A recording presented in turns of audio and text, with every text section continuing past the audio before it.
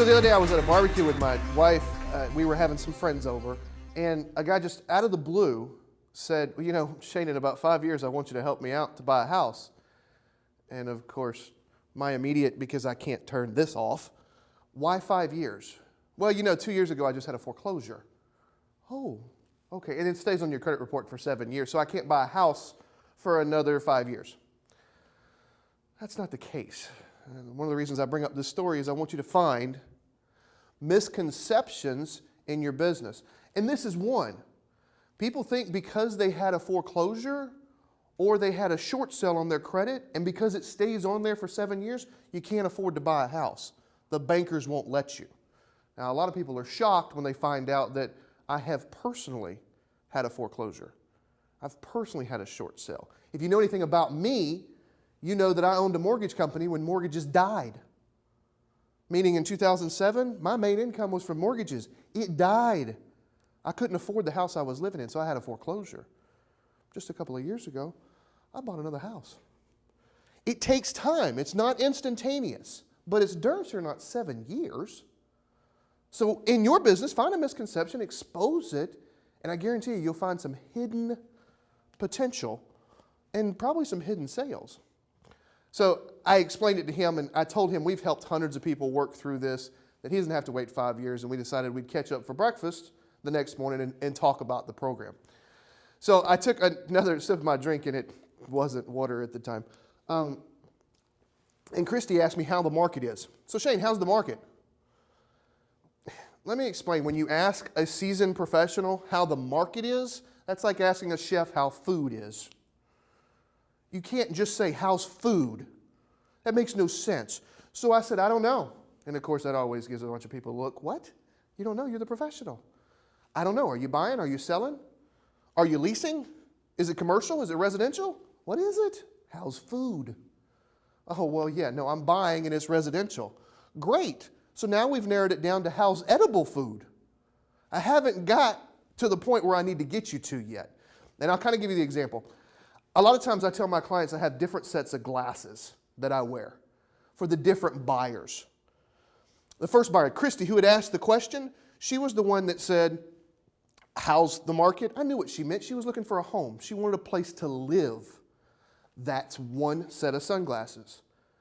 Now, how am I looking at their house? Well, I'm going to look at, is the kitchen big enough for her? Is it to her personal likings? Does it have a man cave? Because I know her husband wants a man cave. It better have 4 bedrooms because they have 3 kids. That's a different set of sunglasses. We were looking at the aesthetics of the property and is it going to fit their needs personally? Now let's take those off because Quint was in the circle and Quint and I have done a couple of deals together and that was an investor set of glasses.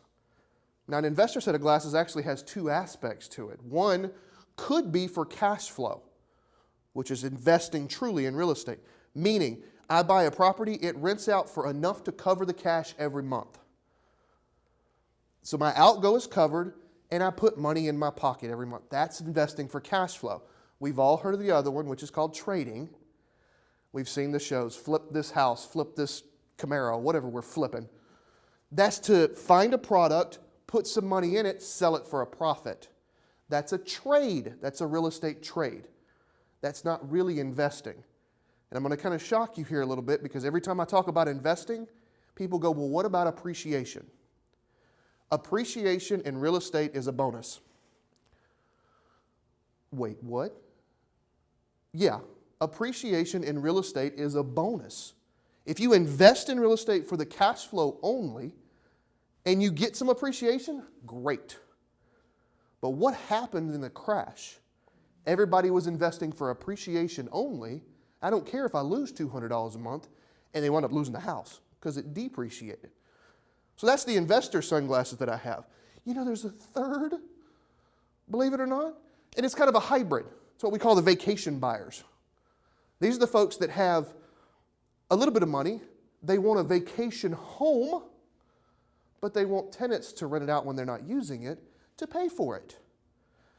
Now let me caution, remember appreciation is a bonus. So if you're an investor as a vacation buyer, it's a bonus. Don't just do it for appreciation only. Does that make sense? So that's a different set of sunglasses, though, because I'm not looking at it the cash flow only, and I'm not looking over here where is the tub big enough? I've kind of got one lens on each, and it depends on the marriage which one's a little stronger, if that makes sense. So what I'm trying to get to for you guys is you need to find out details more about what your client's looking for. How's the market? How's food? It's obviously pretty good for me, but we need to talk a little bit more about detail. Find the sunglasses. Now, if anybody wants to talk about real estate, I'll be in the back of the room. I've got all the sunglasses. I own Ray-Bans left and right because I know what we're looking for.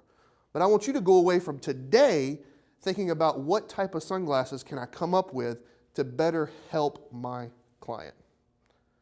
Thank y'all for having me.